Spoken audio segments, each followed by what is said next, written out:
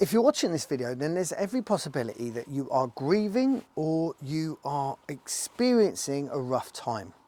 And for that, you have my sincerest condolences. I'm hoping this video is going to be able to relieve a little bit of the stress that you're feeling so that you're left to grieve without worrying about processes or the formal side of death.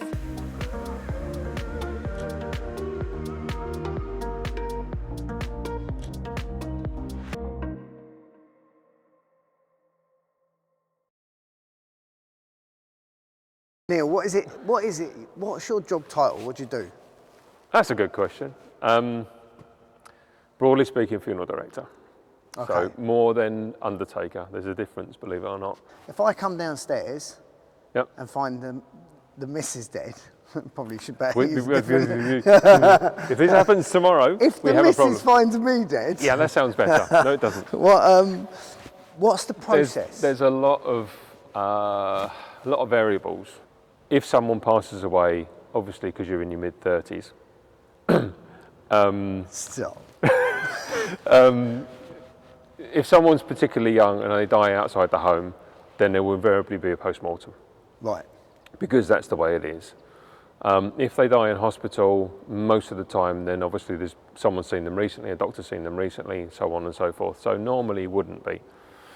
So the reality is, if you don't speak Spanish, I would suggest just call me anyway, because I can do most things on the phone and at least guide someone. That's it. So you could be the first port of call. More often than not, providing you know, and I have to stress this, providing you know that person's gone. Yeah. Because if you're looking for first aid, I'm not first aid. Yeah. Well, I can, but I'm not that person. You want to call an ambulance. Yeah. If you're in a situation where you walk into someone's house, as it happened the other day, a friend of mine called me up, my friend's passed away. I was like, okay, what's the situation? Explain to me what's happened, and then I can make a judgment of who to call first. The ambulance will then come out. The doctor on board the ambulance will decide whether that person's passed away from natural causes, as in nothing untoward, or they think there should be an autopsy. So I would suggest, providing you know that person's passed away and you are sure of that, call someone like me. It doesn't have to be me, call someone like me. Yeah. And then I will tell you what's best to do. Get an ambulance out, or if you've got someone like helicopter, get them out. It's fine. Okay. They're still entitled to come out because it's a doctor. Yeah. What we want is a doctor. If they turn around and say that something untoward's happened or they're not happy, normally drink, drugs, blood spilt, anything like that. So they walk into the room and it's just not quite right. Yeah. They will call the police, which again is nothing personal. I have to stress that. The police then effectively treat it as a crime scene until the forensic doctor turns up. So the police have to wait with you to make sure no one interferes until that doctor arrives. If the doctor arrives and deems it okay, which they can still do, then we're good and you can call me and I can get on. If they think it's still untoward and they still think they need to investigate further, then the body's taken away to the institute in Malaga. The first day the first day is a COVID test, second day is the autopsy. So within 3 days, everything's done.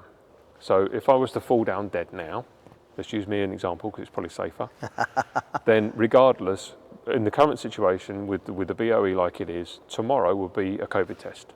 Right. And then the next day, which is Wednesday, between 9 and 12, my autopsy would be done. Okay. So from that point, pretty much it's all with the funeral director. So then you just need to find a funeral director that you get on with, that speaks your language, that you trust.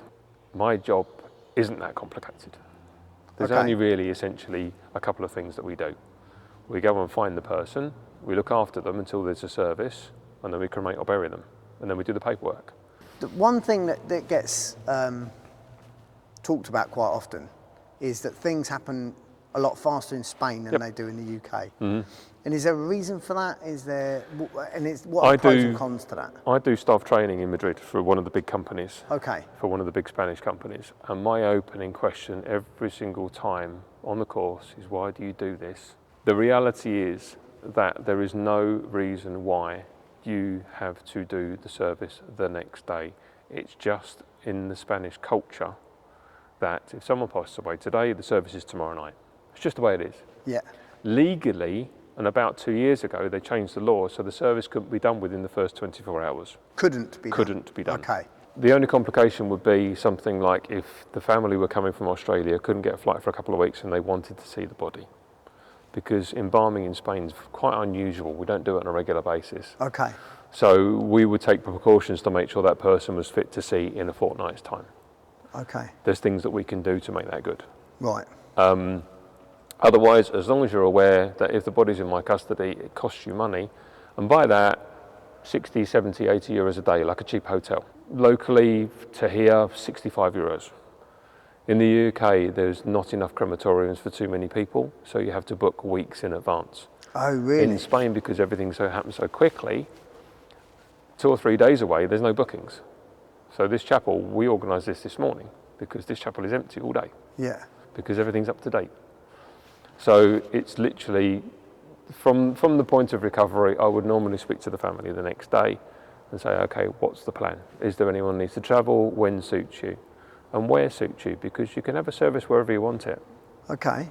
When you say you can have it wherever you want it, like what do you mean? Most people use crematoriums. Okay. You can use a church. Yeah. Even with COVID rules, there's a few churches that did lock their doors. There are points of law that mean you can do it in other places. Okay. So there's a way that you can do it at a venta. Well, there's a way you could do it at a house. You could do it in a venta, you could do it at a house. Okay. Yeah, within reason. Because that's interesting, because personally I'm not religious at all. Down the pub. But genuinely, I have done services in ventas. It's a little bit more complicated. It is pushing it a little bit. However, providing you have the permission of the owner, providing nothing can be seen from the street, providing the coffin stays closed. Yeah. There's not much we can't do within reason. Right. So you couldn't use like a public space, like a beach or a... Not a beach, no. It's a controlled environment, providing that you stay within certain protocols, then you don't have to use a church. Right. Most people would, because it's just convenient. Yeah, but I think a lot of people are just unaware. I have a lot of Spanish friends, Spanish undertaking friends and funeral directing friends. They're so used to the system being, okay, tomorrow in the chapel, bump, bump, bump, cremation off. They don't know that we, or Europeans in general, have different procedures. So the Polish do a different thing, the Brits do a different thing, the French, the Scandinavians. So again, you find a funeral director that you can talk to and get what you want, because if it rains on your wedding day, you can take photos the next day. Yeah. If you get the funeral wrong, that's it. Yeah. You're done. So get the right thing done by the right person. Okay. And so after the service, Yep. is the body then cremated there and then? Is it taken away? Is it obviously not a venta? It depends. Yeah. The ovens are never that big. Most of the time, the cremation is done as a continuation. So if the service was at 12 o'clock at Manilva, then the next cremation would be probably 3 o'clock. Okay. So it would normally be a continuation. So if we were in Coin, there's no crematorium in Coin, so probably Alara within a couple of hours. So it would be done the same day, which means the ashes will be available to the family within about 48 hours. And then certification takes about a week. There's the one part of it we don't really have control over, purely because it's a civil registry. Right. So we put the applications in for licensing, and then we will get them anything between 3 days and 2 weeks, depending on the town hall. Death has to be registered where you pass away, not where you live. Okay. So if you died in Costa del Sol in Marbella, it's Marbella Town Hall. Right. If you died in Malaga in Clínico, then it's Malaga Town Hall. Cremation seems to be the go-to move over here. What's the score with being buried? Burials are possible, obviously. Burial in the ground, as in what you would expect in the UK, isn't too easy and is quite expensive. Okay. Burials in the apartments, as you so to speak, which is the tumbas in the wall. But what people don't realise is that it's all rented accommodation. You can take out a contract for a minimum of 5 years, up to 50 years, some even up to 90 years. Then it comes up for renewal. If the family don't renew it, then out you come. And then you go to a communal grave. Right. Or you can exhume and go to a park cremation. So you end up down the same road. Okay. Honestly, vast majority of my work is cremation. If people are undecided, I encourage them to go for cremation, purely because if you're a foreigner in a country, you never know if you might return or might move on. So that way you can put the ashes in a finite place or take them with you. Yeah. Whereas if you were to do everything in Spain and then move on to Argentina, then everything's left here and it doesn't really make sense. Yeah. So it's an emotional one, and lots of Okay. people have different views and different styles, but unless for religious reasons that person has a particular requirement of burial, then I would encourage people to go more to cremation than to burial. You're still going to do between 3,000 and 4,000 euros with the service, with the burial, or with the service with the cremation. That's about the going rate. Right, okay. And so when you say it's rented accommodation, even when with the ashes, when they're placed in... Yeah, still an amount of time. So you take a contract out for an amount of time. Okay, and what's the legalities on the ashes themselves? Can they be spread? You can't scatter in Spain legally. Okay. I'll be a liar if I said people don't do it. So we're saying that somebody gets cremated, Yep. they've rented a space for a certain amount of years, Yep. that space then comes up for renewal and it doesn't get renewed. Then What happens with the ashes? most crematoriums, most cemeteries, most establishments such as this have someone in the building that would take care of it. So for instance, there's a guy over in Marbella that has a boat. So when sometimes ashes don't get claimed, he takes them out on the boat and scatters them. Okay. We're actually quite nice people. I know other people that go up on the mountains, other funeral directors, because some families don't want the ashes back. Yeah. They are not going to go in the bin.